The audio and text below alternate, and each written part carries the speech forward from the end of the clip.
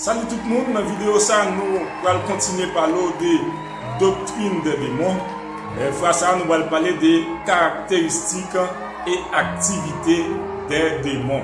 Ou même qui aime travail ça, songez pour abonner avec la chaîne là et puis encourager avec un autre monde pour abonner avec la chaîne là.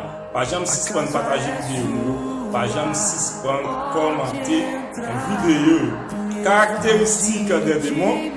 Les démons sont des êtres spirituels.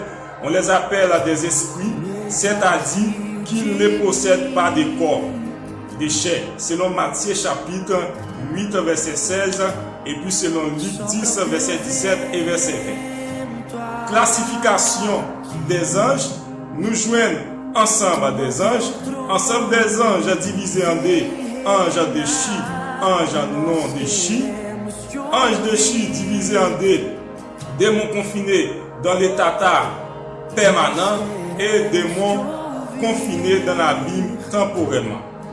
Les démons ne sont pas omniprésents. Ils ne peuvent pas être à plus d'un endroit en même temps. Ils ne peuvent se trouver qu'à un endroit à la fois après avoir été chassés.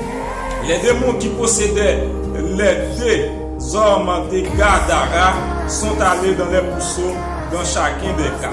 Ils étaient limités à un seul endroit.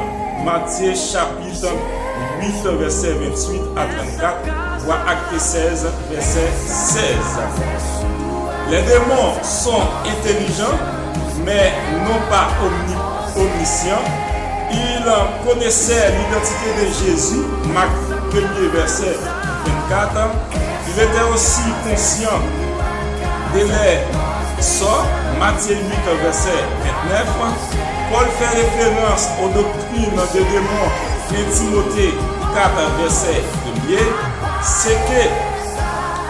Ce qui indique qu'ils sont capables de propager les faux enseignements à travers les émissaires. Cependant, ils ne sont pas omniscients, car il serait comme Dieu, or seul Dieu est omniscient. Les démons sont puissants mais non pas omnipotents. L'homme de Gadara qui était habité par un démon était capable de briser les fers et les chaînes qui le retenaient. Personne ne pouvait les lier en raison de cette force si humaine. Marc 5, verset 3 et 4. Le démon qui possédait le jeune garçon le poussait à se suicider en le jetant dans le feu ou dans l'eau. Marc 9, verset 22. Les démons empêchèrent sa victime de parler. Matthieu 9, verset 32. Et il maintenait la jeune fille dans un état d'esclavage cruel. Matthieu 15, verset 22. Mais les démons ont une puissance limitée. Ils ne peuvent pas faire les œuvres de Dieu. Jean 10, verset 21. Activité des démons. Les démons infligent des maladies. Luc chapitre 13, verset 11 témoigne qu'une femme était atteinte d'une maladie invalidante causé par un esprit. Luc 13, verset 16, déclare encore que Satan tenait cette femme liée depuis 18 ans dans sa souffrance. Il existe parfois une corrélation entre la maladie physique ou mentale et l'activité démoniaque.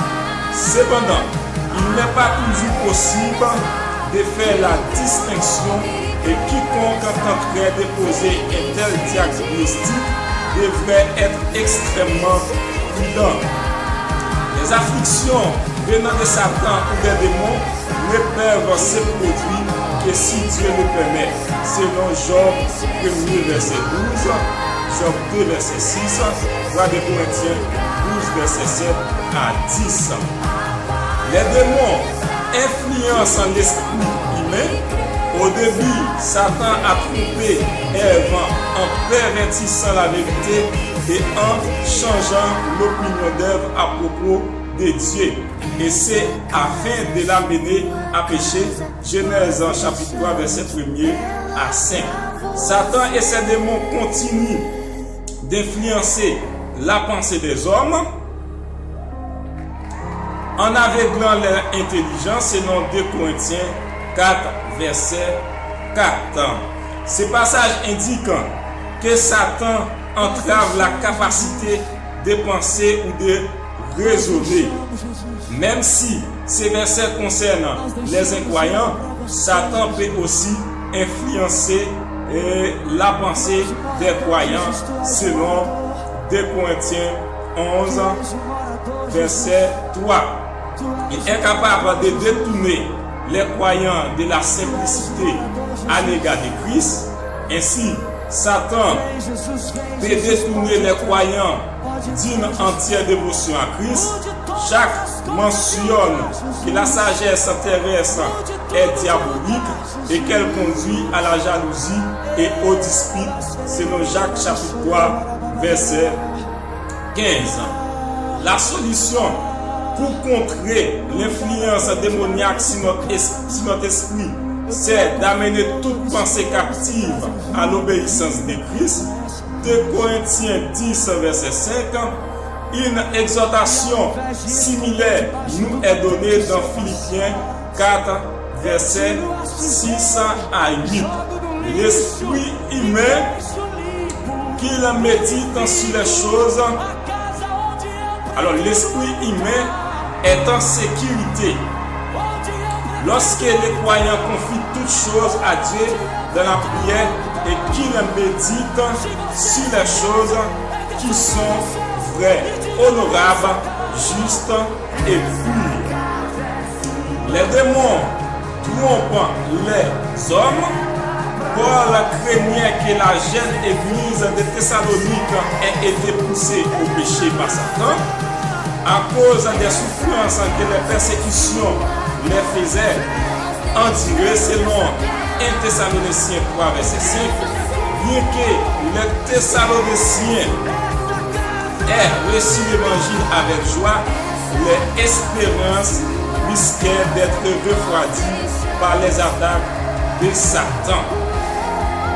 Satan œuvre également dans les incroyants à travers ses émissaires.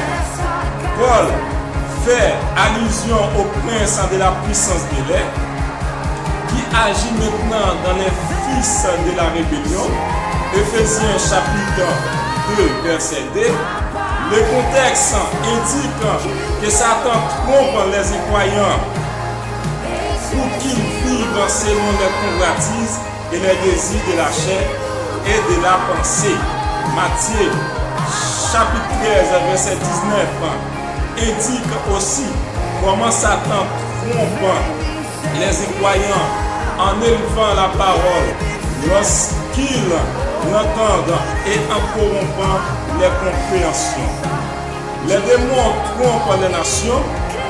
Les démons finiront par rassembler toutes les nations du monde pour les pousser à se rebeller contre Christ. Les démons trompent les nations en réalisant des miracles visant à les inciter à partir en guerre contre le Messie qui revient, selon Apocalypse 16, verset 14. Doctrine des démons, partie 2, nous étudions caractéristiques des démons et activités des démons. Si vous aimez travail ça, juste abonner avec la chaîne là, une façon pour capable de joindre toute vidéo qui n'a plagué sur la chaîne là. Encourager avec une famille, nos amis, un monde quelconque, abonner avec la chaîne là, une façon pour nous capable d'encourager le travail. Merci.